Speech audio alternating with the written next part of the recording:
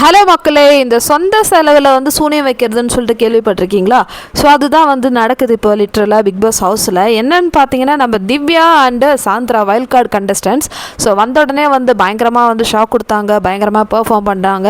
So நீங்கள் எதுவுமே சரியில்லை, பார்க்குறதுக்கே வந்து நல்லா இல்லை, இந்த ஷோ ரொம்ப கேவலமாக இருக்குது அப்படின்லாம் வந்து கண்டஸ்டன்ஸ் கிட்ட வந்து சொன்னாங்க அவங்களோட ஒப்பீனியன்.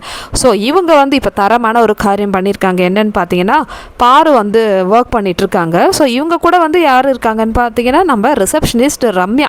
ஸோ இவங்க 3 பேர் இருந்தால் திவ்யா, சாந்த்ரா, ரம்யா இவங்க 3 பேரும் பார்வை பார்த்துட்டு சொல்லிட்டு இருக்காங்க, என்ன குட்டிச்சாத்தான்லாம் ஒர்க் பண்ணுதுன்னு சொல்லிட்டு கலாய்ச்சிட்டு சிரிச்சிட்டு இருக்காங்க.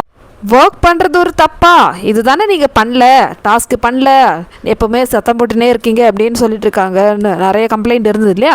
சரி, நாம் இனிமேல் அந்த கம்ப்ளைண்ட்லாம் மாற்றலான்னு சொல்லிட்டு பாரு ஒரு முயற்சி எடுக்கிறாங்க. ஸோ இவங்க வந்த புதுசில் சாந்த்ராவோ இல்லை திவ்யாவோ இவங்க 2 பேரில் யாரோ ஒருத்தவங்க சொல்லியிருந்தாங்க பாடி ஷேம்லாம் பண்ணக்கூடாதுன்னு சொல்லிட்டு. அப்புறம் என்னத்துக்கு வந்து நீங்கள் வந்து இப்போ பாருவை பார்த்து குட்டி சாத்தான்னு சொல்லிட்டு கிண்டல் பண்ணி சிரிச்சிட்டு இருக்கீங்க? மேடம், நீங்கள் தான் வந்து டிக்னிட்டி, டெக்கோரம் அண்ட் டிசிப்ளின்லாம் கீப் பண்ணுறவங்களாயிடுச்சு, நீங்கள் ஏன் இப்படி பண்ணுறீங்க?